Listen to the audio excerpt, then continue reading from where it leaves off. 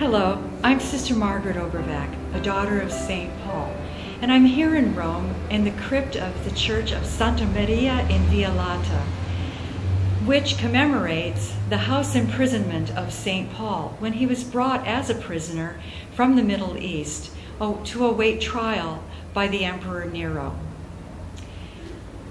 It also is a chance for me to introduce you to another Paul, Paul VI, one of the newly canonized saints of the Catholic Church.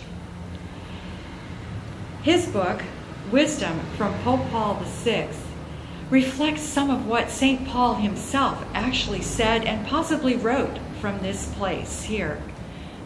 There is a strong possibility that St. Paul the Apostle wrote 4 of his captivity epistles here. Certainly he wrote them from prison somewhere.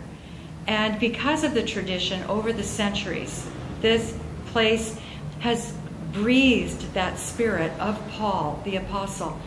Interestingly enough, Paul says it was from here, or Luke says from here, that Paul was able, even in chains, to preach unhindered for the 2 years that he spent awaiting trial.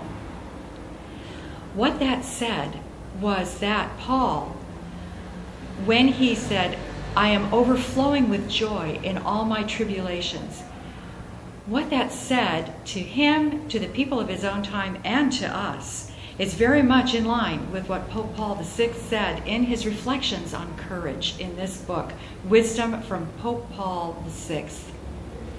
St. Paul the Apostle could say, in fact he did say, "I have known sickness, I've known shipwreck, I've known old age, I know betrayal by my friends, persecution by my enemies, I know poverty, I know hardship, I know betrayal by the people I should have been able to trust, even from people in the church."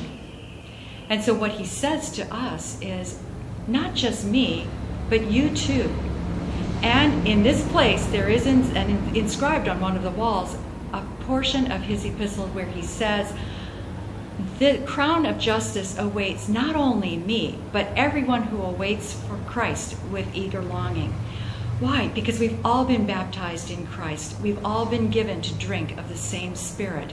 And so what Paul said to the people of his time, he says to us too. The crown of glory awaits us if in fidelity we wait for Christ. Let me read a portion of this book of Pope Paul VI, and you'll see, pretty much, you'll hear what St. Paul too said.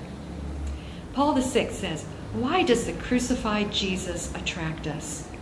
Oh, how deeply this question delves into our hearts.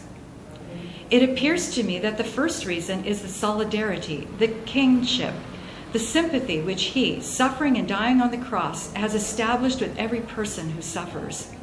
Looking at him, one seems to hear again this most human invitation. Come, come to me, all you that are weary and are carrying heavy burdens, and I will give you rest." Do we ourselves listen to this voice which comes from the dying lips of Christ? In different ways and in various degrees, we are all sufferers. Perhaps we don't hear this invitation to come to him from the man of suffering and acquainted with infirmity. In the natural world, suffering is an isolated thing, but for Jesus, it is a point of encounter, of communion. Will you think on it, brothers and sisters? You who are sick, who are unfortunate, you who are dying, will you think on it? You who are weighed down by fatigue, by work, you who are burdened and isolated by the trials and responsibilities of life, you may lack all things, but not Jesus on the cross. He is with you. He is with you.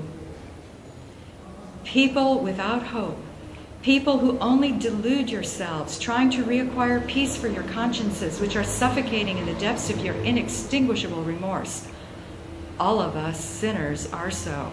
We must be so if we are truly human. Why turn your backs on the cross? We have the courage to turn back to it, to recognize in it our guilt. We have the confidence to sustain the sight of its mysterious figure. It speaks of mercy. It speaks of love, of resurrection.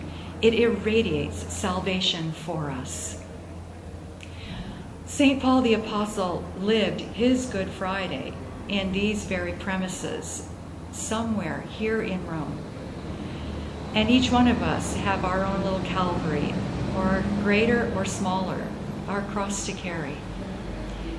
Let us, with courage, turn and confide in Pope Paul, in Jesus Christ, who says, I am the way, the truth, and the life. God bless you.